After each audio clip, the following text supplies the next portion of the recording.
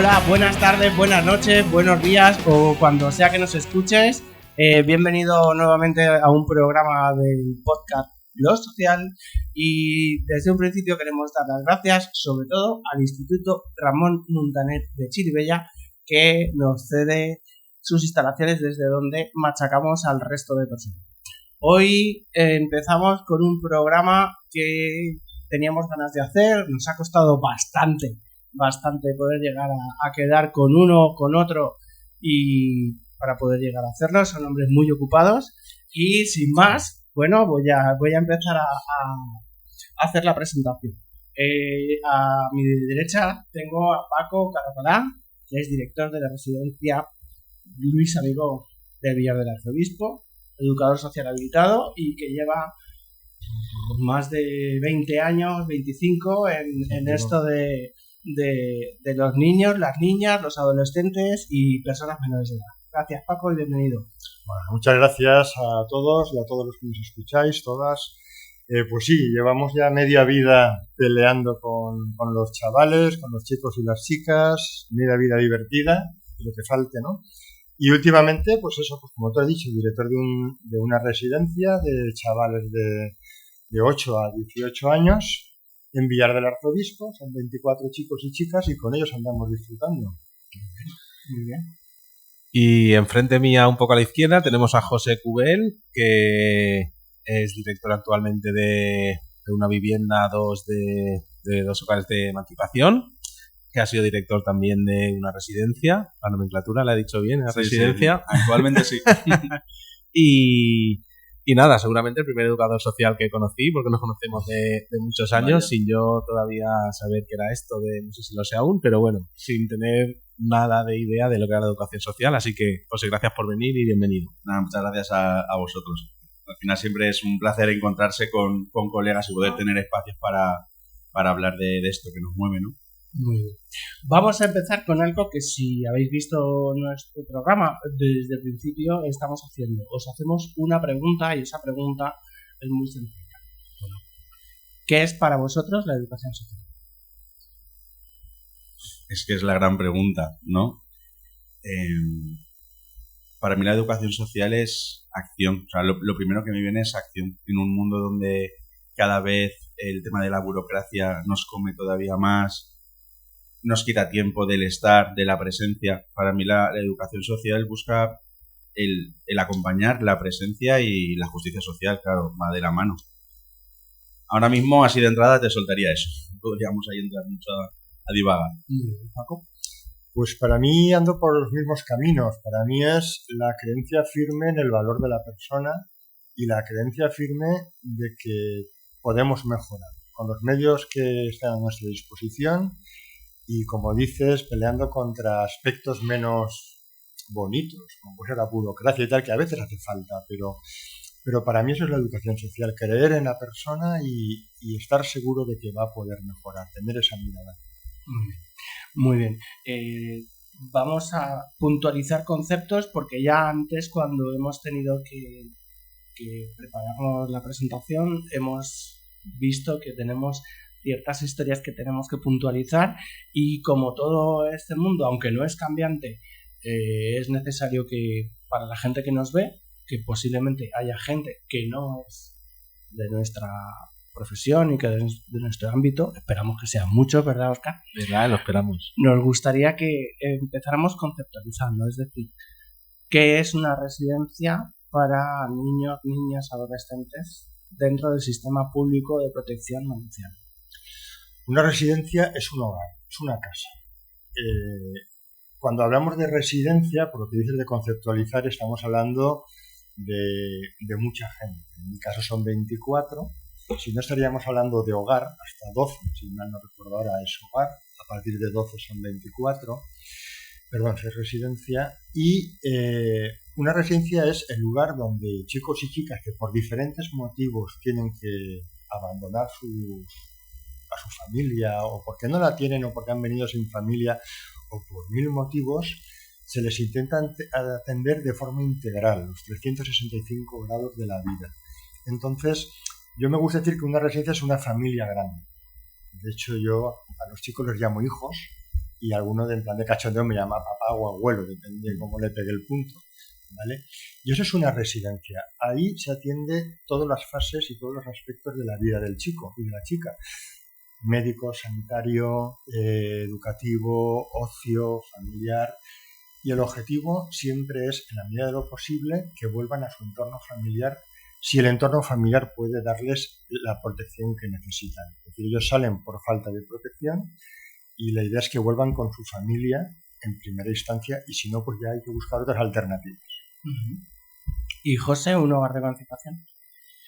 Pues un hogar de emancipación para mí tiene la complejidad de intentar equilibrar entre lo que sería una continuación de lo que comentaba antes Paco, ¿no? De una casa con ese ámbito familiar, ¿no? Con ese nivel de protección que necesitan las personas menores de edad, pero ya han cumplido 18 años. Entonces, bueno, pues se detecta que hay una carencia de medios, de recursos para luego poder pues dar el paso a la vida totalmente autónoma e independiente.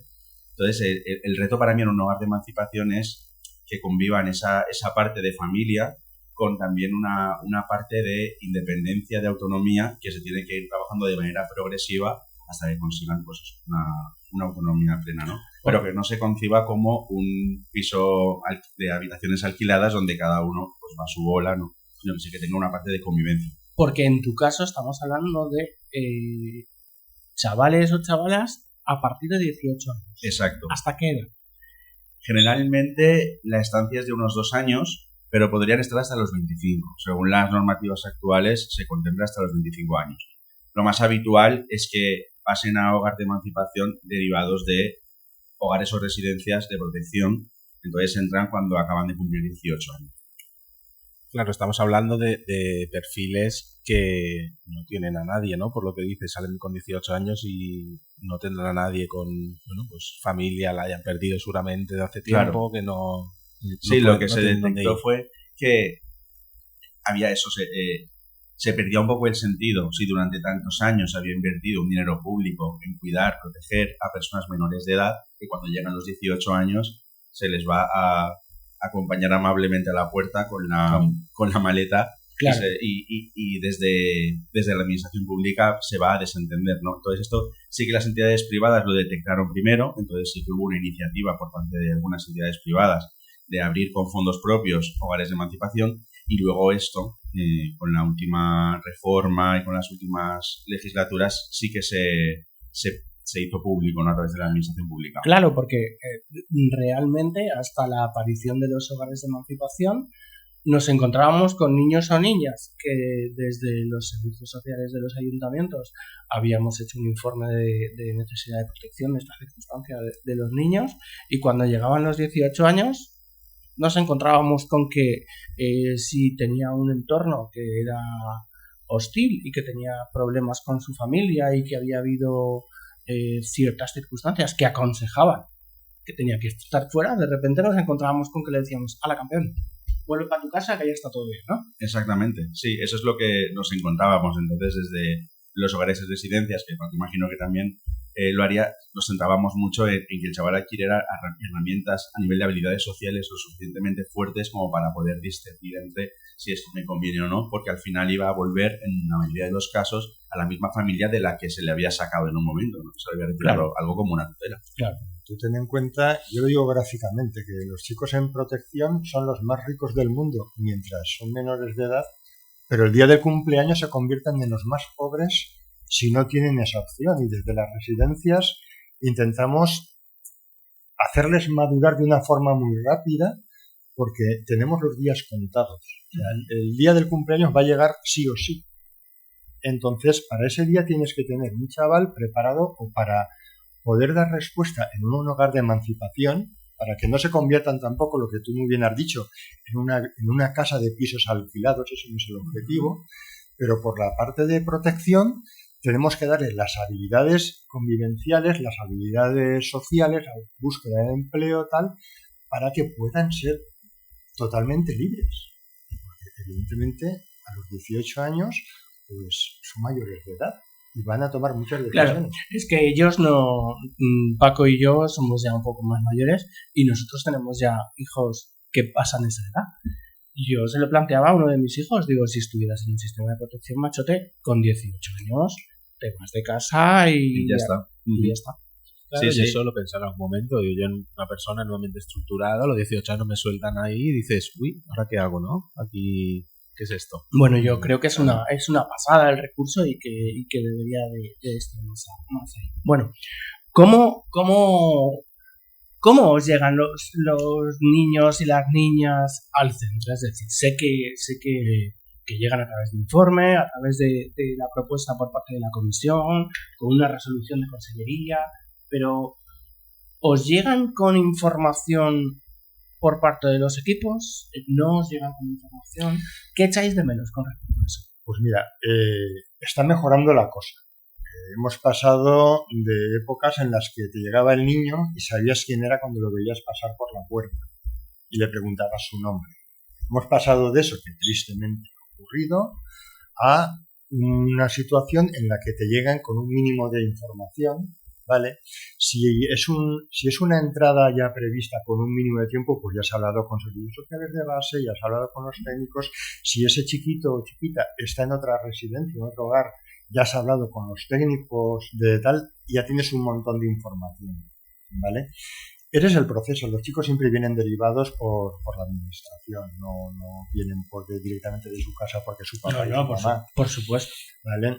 Pero digo porque es que muchas veces que me lo preguntan. Pues hay veces que te llaman y no puede ingresar al niño. Mire, esto no es un hotel. Entonces, está mejorando el tema. Hay cosas que mejorar. Hay veces que la relación con servicios sociales, la relación con los técnicos es un poco dificultosa, no porque se quiera hacer mal, yo de ello estoy convencido, sino porque al final hay una carga de trabajo y tal, y a veces la emergencia es tal que no da tiempo a más. Hay veces que te llaman y te dicen, mira Paco, es que tienes que acogerlo cuando ya. Es que hay que sacarlo de su casa porque no puede aguantar un segundo más en su casa por peligro, hasta por peligro vital. Entonces te llega el niño, digo, porque estoy pensando en dos personitas que llegaron en la situación, me llamaron por el camino. Digo, Paco, sé que tienes 2 plazas, sé que esto no es así, pero van para allá. Digo, es que en su casa no pueden estar, es que igual se mueren en su casa. Son casos extremos, lo normal no es eso, ¿vale?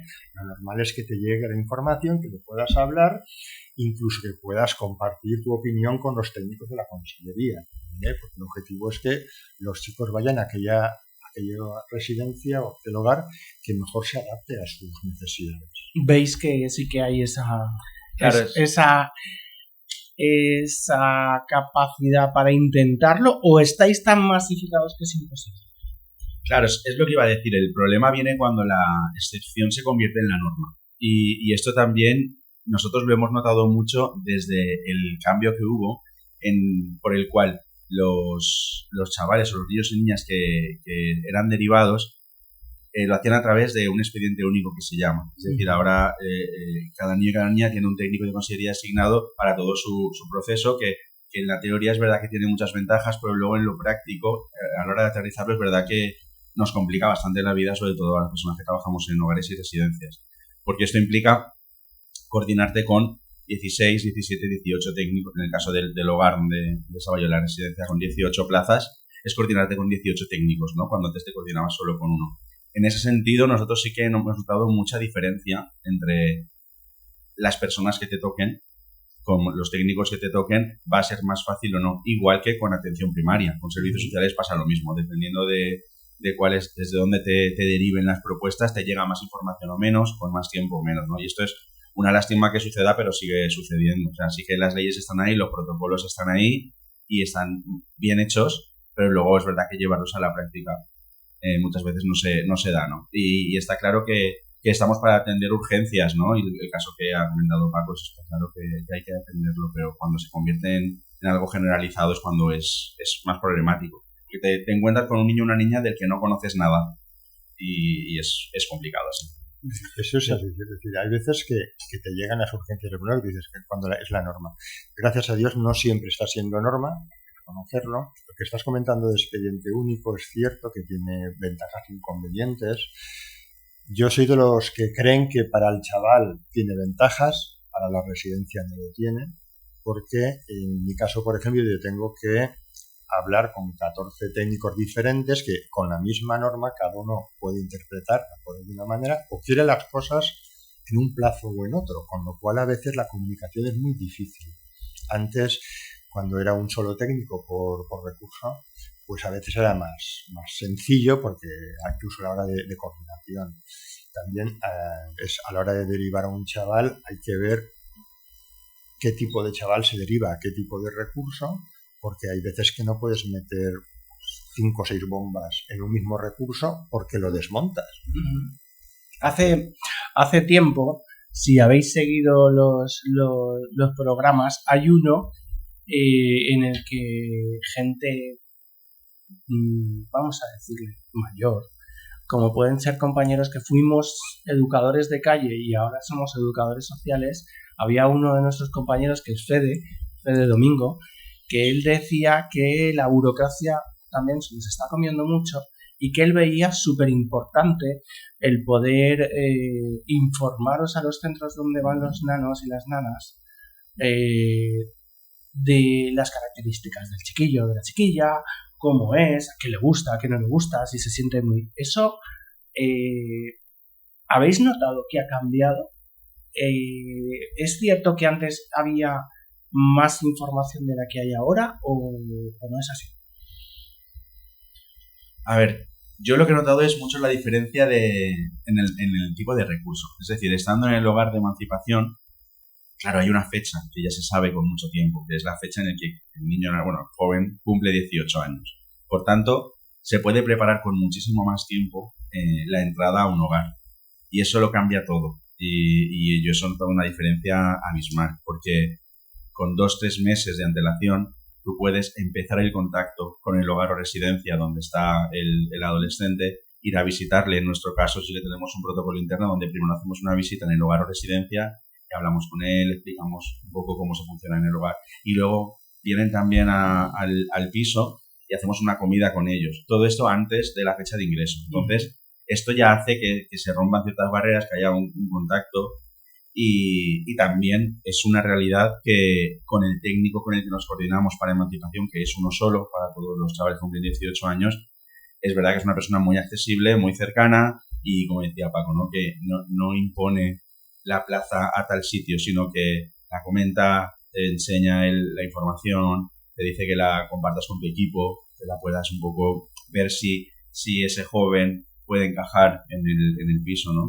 ¿Y tú, Paco? En el caso de protección es distinto, porque muchas veces la prisa vence a la necesidad. Es decir, tú tienes una plaza libre y automáticamente con el tema de expediente único hay 4 o 5 técnicos que consiguen esa plaza para mí.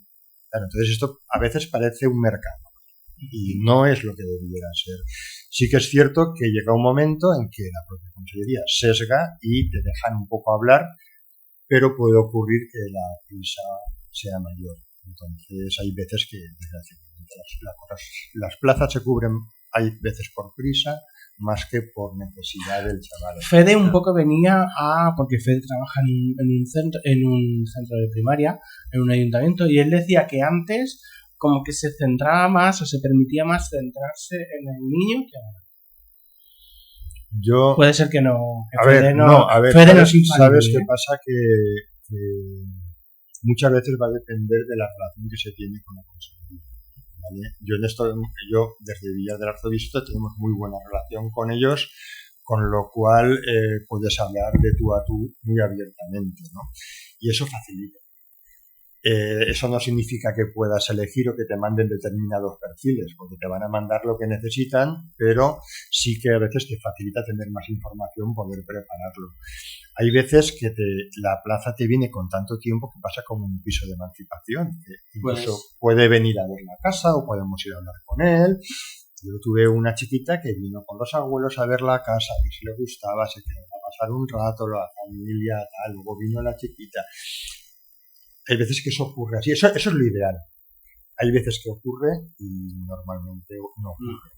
Sí, al final la planificación ayuda, ¿no?, a crear ese vínculo necesario para nuestro trabajo, ¿no? Sí, porque es que tú piensas en un chiquito de menor de edad, una chiquita menor de edad, que de repente se lo quitan todo y lo dejan caer como un paracaidista en un centro donde le aparece un señor que no conoce de nada. Le dice, yo te quiero mucho, pero me vas a hacer caso. Pero sé que no me vas a hacer caso y esto ya te lo habrán dicho 7, 8 antes que yo y además no tienes por qué creerme porque ni me conoces. Entonces, es una situación muy dolorosa para el niño. De hecho, la acogida de los chavales es una cosa que nosotros intentamos cuidar mucho. Yo recuerdo que al principio les hacía largas, una entrevista y todo lo que ponen todos los protocolos. Ahora les doy la bienvenida, un abrazo, un beso y la tira para adentro y hablaremos, porque ya tienes bastante con tener que pasar para adentro, ¿no? Sí, yo creo que uno de los momentos más delicados en el proceso de cuando un niño o niña entra en el sistema de protección, el momento en el que entra al hogar, y es que tenemos que pensar que muchas veces son niños y niñas de 6, 7, 8 años que con la mejor de las intenciones sus familiares o el técnico de consellería o el servicios sociales le han dicho que es para un campamento de verano, que eso por ejemplo nos ha pasado, imagino que también nos habrá pasado, ¿no? Entonces hay una confusión y hay una complejidad muy grande en cómo adecuar el mensaje y lo que se le tiene que decir a los niños y niñas sin mentirles y tampoco sin ser de un realismo con una crudeza, porque tampoco están sus mentes preparadas para ello. Entonces es verdad que es algo, para mí es una de las cosas más complicadas, ¿no? Y cómo luego tienes que ir desmontando eso poco a poco, ¿no? Con todo lo que conlleva. Y se nota, por ejemplo, yo que estuve haciendo prácticas en un hogar de la Fundación Amigo, se nota la edad y el número de personas, de residentes en los hogares o las residencias. Es decir, no es lo mismo allí, por lo menos, al recibir a una persona que venía nueva, claro, todo el resto de chavales y chavalas que estaban, pues era como hacérselo más fácil, ¿no? Pero sí que es verdad que era un hogar de 7 personas, entonces entiendo que es mucho más fácil que con 18 o... Se nota eso. Es más difícil. Lo que pasa es que nosotros, por ejemplo, estructuralmente somos 24 chavales, pero yo siempre digo que somos 3 residencias unidas por una puerta. Con lo cual el chaval en realidad entra en una residencia de 7 o 8 chavales e intentamos, pues desde el cartelito de bienvenida, de tener su habitación perfectamente ordenada, limpia, con todo lo que le pueda hacer falta, aunque no sepas lo que te va a traer, porque hay veces que te vienen con la maleta y hay veces que te vienen con lo puesto. Entonces nosotros lo preparamos todo y lo que le haga falta bien, pero también intentamos que sea lo más familiar y con el mínimo de gente posible para que luego ya, tarde, al día siguiente y tal, vaya conociendo al resto del personal y de esa manera no le sea tan choque, tan duro el entrar. Sí, es que, vamos, yo desde mi experiencia, efectivamente, como decíais, cuanto menor es el hogar y más reducido es el equipo técnico también de profesionales, la atención es mucho más familiar, ¿no? Por mucho que se intente, y me consta que se intenta, yo en la resi donde estaba, que después de la ampliación eran 18 plazas, sí que notamos la diferencia respecto a cuando habíamos sido 12, ¿no? Y también lo noté respecto a otro hogar donde trabajé antes de la fundación donde estoy ahora, que era un pisito de 6 plazas. Entonces sí que es verdad que la calidez, todo eso sí que es diferente. Cogiendo el hilo que has nombrado del entorno familiar, ¿cómo ¿no? Partiendo de la base que hay que crear un entorno familiar, lo más parecido a un entorno familiar, ¿cómo se consigue ese ambiente? En mi caso es con el día a día. Es decir, nosotros cuando un chico o chica llega le intentamos explicar que somos una familia. De hecho, yo no hablo mucho de grupos educativos, sino de familia. Utilizamos esa terminología porque los nombres son importantes, amueblan la cabeza, ¿no? Entonces, intentar explicarlo todo en clave de esto es bueno para ti, hay por supuesto normas, como en cualquier familia, pero como las hay en mi casa con mis hijas, eso es así. Y se consigue, sobre todo, pues yo digo que es cucharita a cucharita, porque pensemos que vienen normalmente de entornos muy desestructurados, con una falta de normas y con una sensación de abandono importante, y claro, lo primero que van a hacer es no me fío de ti. Y además es que tienen razón. Pero eso hay que desmontarlo poco a poco y demostrarle que estamos para ayudar, no estamos para otra cosa, y que por supuesto la libertad siempre la van a tener ellos. Nosotros acompañamos en su proceso, no somos los agentes del proceso, somos los acompañantes que vamos a poner algo de vallitas a los lados para que no se haga daño, pero el proceso lo tienen que hacer ellos. Sí, estoy de acuerdo con eso. Es verdad que los niños y niñas que residen en una resi tienen que aprender una nueva concepción de familia, ¿no? Que seguramente otros niños de su edad no tienen que aprenderla, ni siquiera se la plantean. Y eso es verdad que a veces puede generar, ¿no? que te puedan contestar, una familia no, porque ahora, cuando ha habido una derivación, por ejemplo, porque ha habido un caso grave, un maltrato, lo que sea, ahora me estáis echando o ahora me tengo que ir, en una familia no me tendría que ir, o sea, eso también genera sus choques, ¿no? Pero yo creo que va un poco por ahí, ¿no? Por la idea de familia en un concepto mucho más amplio, ¿no? Igual que hay muchos tipos de familia, pues aquí somos otro tipo de familia, ¿no? Y luego, sobre todo, para mí una de las claves o un concepto que cuando lo aprendí me cambió mucho en la cabeza fue la afectividad consciente. Es decir, el ser afectivos va a ser la principal carencia y principal necesidad que tienen en la mayoría de los casos, ¿no? Y hasta ahora parece que como profesionales pues podías ser o no afectivo dependiendo de cómo eras tú en tu personalidad, ¿no? Y ahora ya se están dando pasitos, ¿no? Y las nuevas formaciones ya nos hablan de una afectividad que tiene que haber sí o sí, que tú tienes que trabajarte cómo ofrecer esa afectividad a ese niño o esa niña porque es la principal carencia que tiene, ¿no? Porque luego pues eso, hay personalidades de gente que enseguida da un abrazo, gente que es más seca, ¿no? Que el tema del contacto físico lo lleva peor. Y luego está todo el melón de la protección a la infancia. Entonces también es algo muy complejo de gestionar, sobre todo en residencias y en hogares con niños pequeños, porque algo tan básico como que aprendan a ducharse bien cuando no saben lavarse, ¿no? Tienes que supervisar eso, pero a la vez te puedes meter en un marrón. O sea, son cosas del día a día que es verdad que los protocolos actuales de protección a la infancia, que la mayoría de los que yo conozco, muy enfocados sobre todo a centros escolares, académicos y tal, no contemplan esta realidad. Y ahí hay una complejidad, ¿no? O sea, los profesionales ahí también se ven muchas veces en la tesitura de hasta dónde hago o no, porque el no hacerlo también, yo les decía a mi hijo, el no hacerlo también es una negligencia. O sea, estamos aquí para también, ¿no?, supervisar esto. Hay una delgada línea, ¿no? O los niños y las niñas pueden sentir que hay una delgada línea entre, como tú comentas, la afectividad, aunque en un momento dado puedan haberse sentido mal, claro, por el tratamiento que hayan tenido con un profesional. Es que yo, cuando hago una entrevista de trabajo, siempre hago la misma pregunta, ¿dónde está la diferencia entre el cariño o el abuso? Tú puedes dar un abrazo a un niño con mucho cariño, o puedes dar un abrazo y el niño sentir que estás abusando de él. Para mí ahí está la línea, no solo en lo que hacemos, sino en lo que siente el otro. Y nosotros como profesionales, yo siempre digo que somos responsables de las dos cosas. Somos responsables de lo que hacemos, pero también de lo que damos a entender al otro. Hemos de ser muy conscientes. El ejemplo que has puesto de la ducha me parece muy, sobre todo con niños pequeños, ¿vale?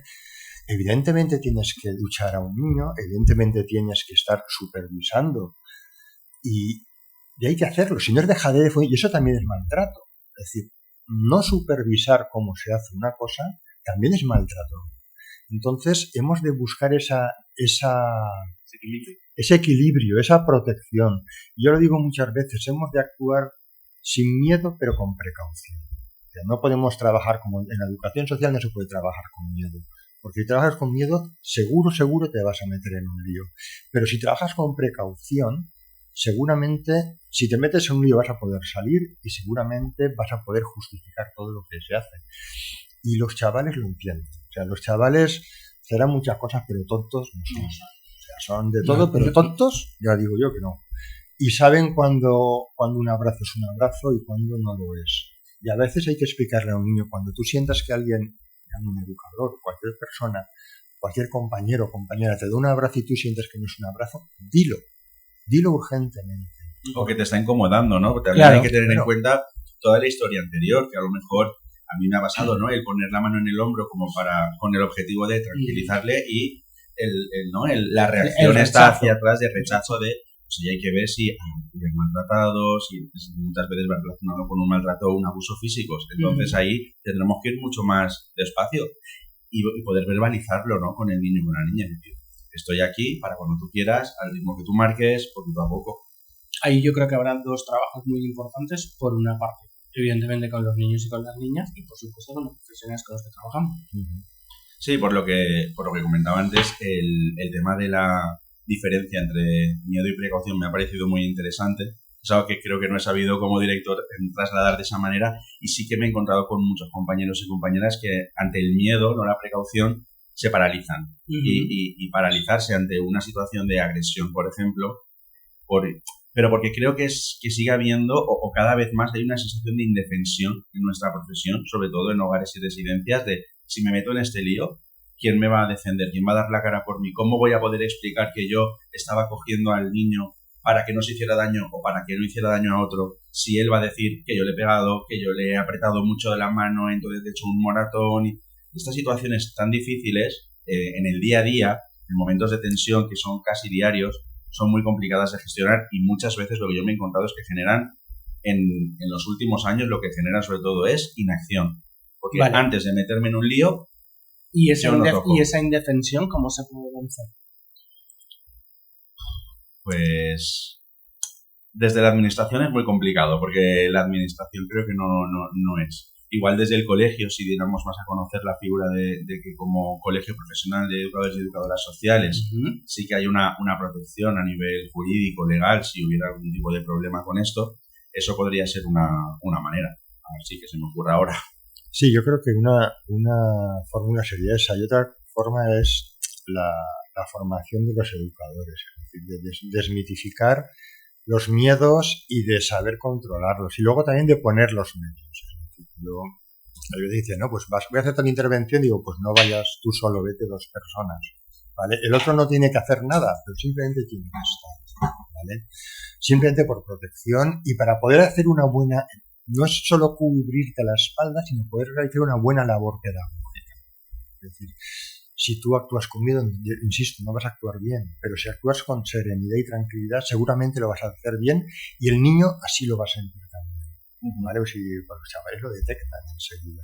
Lo que hablábamos antes, que decías, no es solo lo que haces, es mucho de cómo lo haces, ¿no? Y puedes hacer una intervención física, ¿no? Por así llamarla, pero también desde el cariño, mientras estás sujetando y diciéndole, estoy sujetando porque no quiero que te hagas daño, porque tampoco quiero que hagas daño a otra persona, pero eso requiere, entre otras cosas también, mucha formación y mucho de poder compartirlo con el equipo. También para mí es fundamental que haya espacios, o bien en las reuniones o fuera de ellas, espacios para que todo el equipo técnico pueda compartir cómo se está sintiendo ante determinadas situaciones y qué es lo que se puede hacer, ¿no? Que no genere un miedo del propio equipo que esté interviniendo. Ya que has hablado del colegio, de la figura profesional, hay mucha precariedad en nuestra profesión en los centros, en las residencias, en los hogares, o realmente hay una continuidad en la contratación y es conforme entiendo que conforme al convenio, hay mucho baile de profesionales de un sitio. Yo en la residencia estamos lejos de Valencia, y la verdad es que tenemos el mismo personal siempre. No sé, no, excepto alguna baja médica, que eso en cualquier sitio es normal, alguna excedencia. Pues ahora tengo 2 compañeros que se han ido a una excedencia porque querían vivir la experiencia de trabajar en otro tipo de entornos durante un año, luego vuelven, lo cual es enriquecedor, pero no hay un gran baile de educadores y educadoras. Hay un equipo que está consolidado. En mi experiencia ha sido lo contrario, sobre todo yo que llevo 17 años más o menos ya en esto, sí que veo que hay una percepción cuando empecé yo, por ejemplo, a trabajar en el primer piso donde trabajé tutelado, que era en el 2007, trabajar en un hogar, en una residencia, era un regalo. O sea, y quien realmente estaba ahí tenía una vocación real por estar ahí. Yo lo que estoy viendo ahora es que también es para bien, no quiero que se me malinterprete, pero hay tanta oferta ahora también en el mercado laboral para los educadores y educadoras sociales, con unos turnos de trabajo mucho más atractivos, que realmente cuando, no todos, pero muchos de los que terminan accediendo a un hogar o residencia es porque no han tenido oportunidad de acceder a otro trabajo y van a estar temporalmente hasta que accedan. Incluso la administración también ha habido, creo que se habrá notado el aumento de contratación pública, porque porque al final las condiciones en ocasiones pues son mejores. Claro. Y también es verdad que ha habido en los últimos años, claro, que con el aumento de ratios y tal, se ha notado muchísimo. Yo he llegado a trabajar turnos de 40 y pico horas seguidas y que no se consideraran las noches con horas efectivas, se consideraban permanencias, ¿no? Y no te contaban como horas, o sea que realmente en relativamente pocos años ha mejorado mucho todo eso. Claro que es la calidad ¿no? De como trabajador y como trabajadora, como educador social, yo creo que sí que, y las condiciones, está mucho más vigilado, que se cumpla convenio, todo esto yo creo que sí que ha mejorado mucho. Pero la estabilidad de los equipos es otra cosa. En emancipación sí que hay más estabilidad, pero los horarios también son mejores. Claro, ahí hay una cosa que es importante, ¿no? Que es más a nivel legal. Es decir, tenemos un convenio que cada uno puede tener la suya, la mía es que es una patata, y que hay muchas cosas que mejorar y clarificar. Pese a que ¿no? es el mejor de servicios sociales.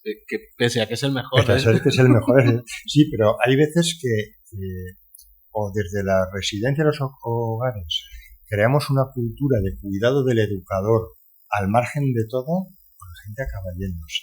Es decir, por supuesto que hay que cumplir un convenio, por supuesto que hay que cumplir una legalidad, pero las entidades hemos de ser capaces de ofrecer un plus a los educadores y educadoras para que estén a gusto y se queden, porque hay cosas que son intangibles. Cambios de turno, facilitarlos, pues eso es intangible, pero ayuda a la conciliación personal. Y eso hace que la gente esté más a gusto. Y si la gente está más a gusto, va a trabajar más a gusto también y va a hacer que van a estar más seguros. Entonces, por supuesto, la legalidad yo soy de los que hay que cumplirlo al 100%. Pero también es cierto que hemos de buscar acuerdos o buscar situaciones en las cuales podamos cuidarnos mutuamente, como entidad y como educadores. Por bien de los chavales, ¿eh? Totalmente de acuerdo, y además es que conforme más se sientan esos trabajadores parte de la entidad, también menos les va a saber mal si un día hay que quedarse porque ha pasado cualquier cosa.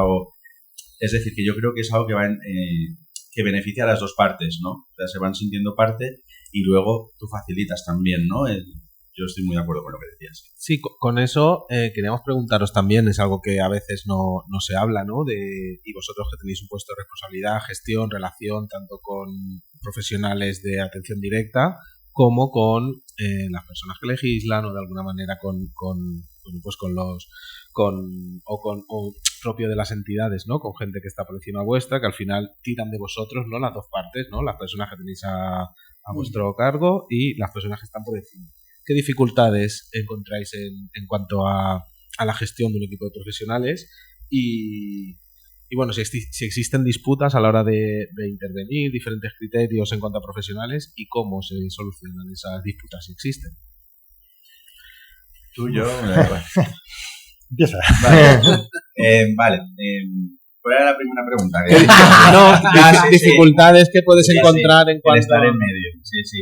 Pues a ver, en mi caso es verdad que pertenezco a una fundación que ha ido creciendo mucho en pocos años, pero que sí que se ha respetado mucho que el criterio del coordinador de sede o del director en este caso se da mucho peso a ese criterio. Entonces, en mi caso no es una gran dificultad.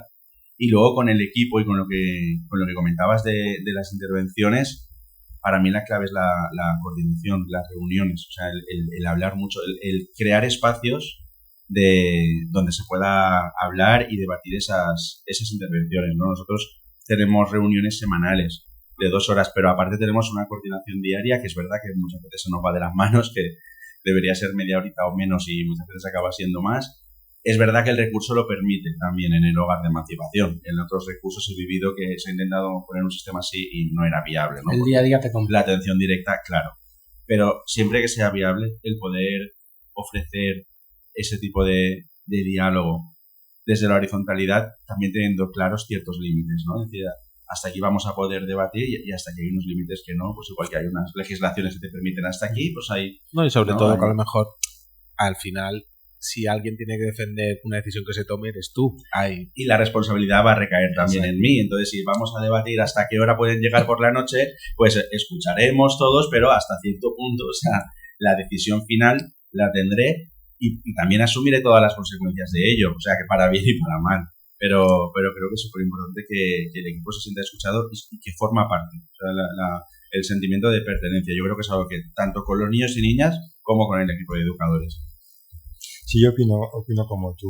Yo, por ejemplo, nos tomamos un café todas las mañanas. Cuando los chicos se van al colegio, nos tomamos un cafetito tan ricamente, educadores, y estoy yo, porque yo estoy en coordinación, en el que tomando café, pues organizamos el día, hablamos de las cosas y tal, con tranquilidad, porque por la tarde, por ejemplo, es imposible. Si tienes a los 24 chavales, olvídate de tomarte un café. Vas a lo que tienes que ir y lo tienes que tener claro desde la mañana, apuntado y organizado, porque si no, no lo vas a ejecutar. Y para mí es importante que los equipos conozcan hasta dónde podemos llegar y hasta dónde no podemos llegar. Porque los equipos normalmente tienen una visión sesgada, que es lo que tienen que tener, de la situación. Es decir, ellos están para la atención directa y tienen la visión de atención directa de su grupo educativo, de su tutelado. Tú tienes una visión de todo el recurso, en mi caso, como digo, es una residencia, y tienes que tomar decisiones que afecten a muchísima gente. Y eso a veces se puede malinterpretar. Es importante explicarlo, pero también, como has dicho, es importante decir, hasta aquí podemos llegar.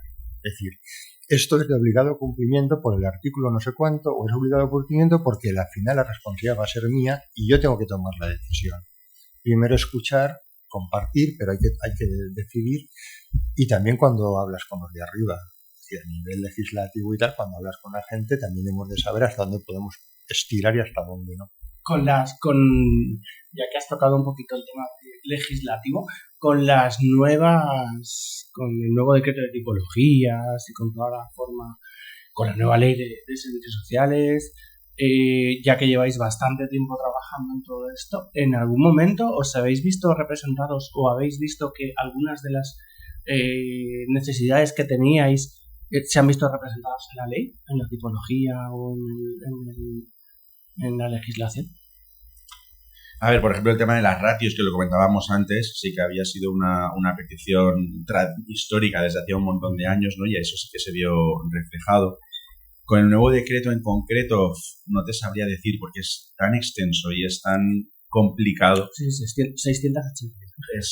Realmente es poco práctico, ¿no? Yo creo que todavía estamos en los recursos, estamos en fase de estudio, en fase de intentar entenderlo e intentar aplicarlo de una manera con una transición amable, ¿no? Que se suele decir. Y eso en las inspecciones también nos están trasladando esa comprensión, ¿no? De que, vale, esto vamos a darnos unos plazos para establecerlo. Hay cosas desde mi punto de vista poco realistas en esos decretos. Algunas sí que mejoran y sí que hablan de estilos de intervención, se habla más de vínculos, se habla más de atención integral centrada en la persona. O sea, que todo esto esté por ley me parece muy importante porque tienes algo a lo que aferrarte. Ya no es un estilo de la entidad o un estilo del director o la directora de turno, sino que por ley vamos a defender esta manera, ¿no? De crear espacios seguros, de sanación del trauma. O sea, todo esto me parece fundamental y eso para mí es la principal ventaja que tendría el decreto de tipologías. Y por contra, pues muchas veces poco adaptados a las realidades en otro tipo de cuestiones que lo hace complicado. Muy bien.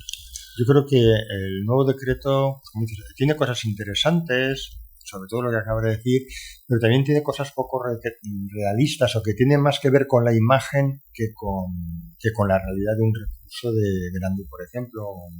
Cuando te refieres a la imagen, ¿es la imagen que se da? La imagen que se da o que tienes que tener que si pictogramas. A ver, lo he de tener si me es necesario. Si no me es necesario, ¿por qué tenerlo? O a veces nos centramos en pequeños detalles que yo me centraría antes en un apego seguro que en esas cosas, ¿no? Y sí, que está muy bien, pero hay muchas cosas antes. Sí, ¿no? Sí. Es decir, creo que hay que estudiarlo bien. Son muchas páginas, está enrevesadito y creo que hay que estudiarlo bien. Tiene cosas buenas, clarifica algunos aspectos que había que clarificar, ratios, funcionamiento, muy importante, tal. Es muy importante porque al final lo que no puedes es que cada recurso sea un reino de taifas, que el director hace lo que le da la gana. Eso no puede ser. Eso no puede ser. Estamos hablando de niños y de niñas. Hay que homogeneizar. De alguna manera el decreto de tipologías en esa parte sí que homogeneiza y que deja que todo el mundo sea de... Sí. Vale, voy a meter cuchara porque yo siento deciros que yo sé que estáis muy a gusto igual que nosotros, pero llevamos ya un tiempo y otra de las cosas que dentro de nuestro programa, que como no habéis llegado al final no sabréis, es que el invitado anterior nos deja una pregunta para los para los invitados o el invitado que tengamos esta vez, ¿vale? Mohamed Lamin, que lo conoces, Paco, también Sí. veo que lo conoce José, nos dejó una pregunta que era que si consideráis que la educación social es algo transversal, que va más allá de la profesión y que aplicamos en nuestro día a día. Os pido, por favor, que me respondáis a esta pregunta y, por supuesto, que entre los dos me dejéis la siguiente pregunta para el siguiente invitado.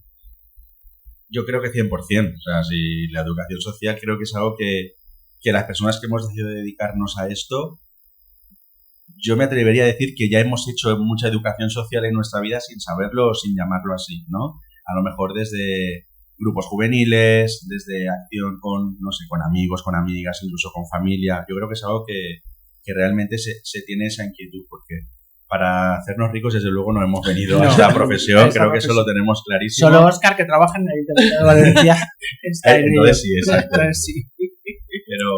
Pero es verdad que hay algo que te mueve mucho más allá y que es transversal. Y es transversal tanto en tu entorno laboral como en tu vida. Como en tu final, vida. yo creo, vamos, yo no lo puedo entender de otra manera, personalmente. Paco. Yo opino igual. Para mí la educación social es un estilo de vida. Es decir, afecta a todas las esferas de tu vida o debe afectar. Para mí ese sería el resumen. Es un poco escueto, pero es verdad. O te lo crees o no te lo crees. O sea, si te lo crees, podrás vivir bien o mal dentro de este mundo. Y si no te lo crees, te digo que vas a vivir mal, seguro.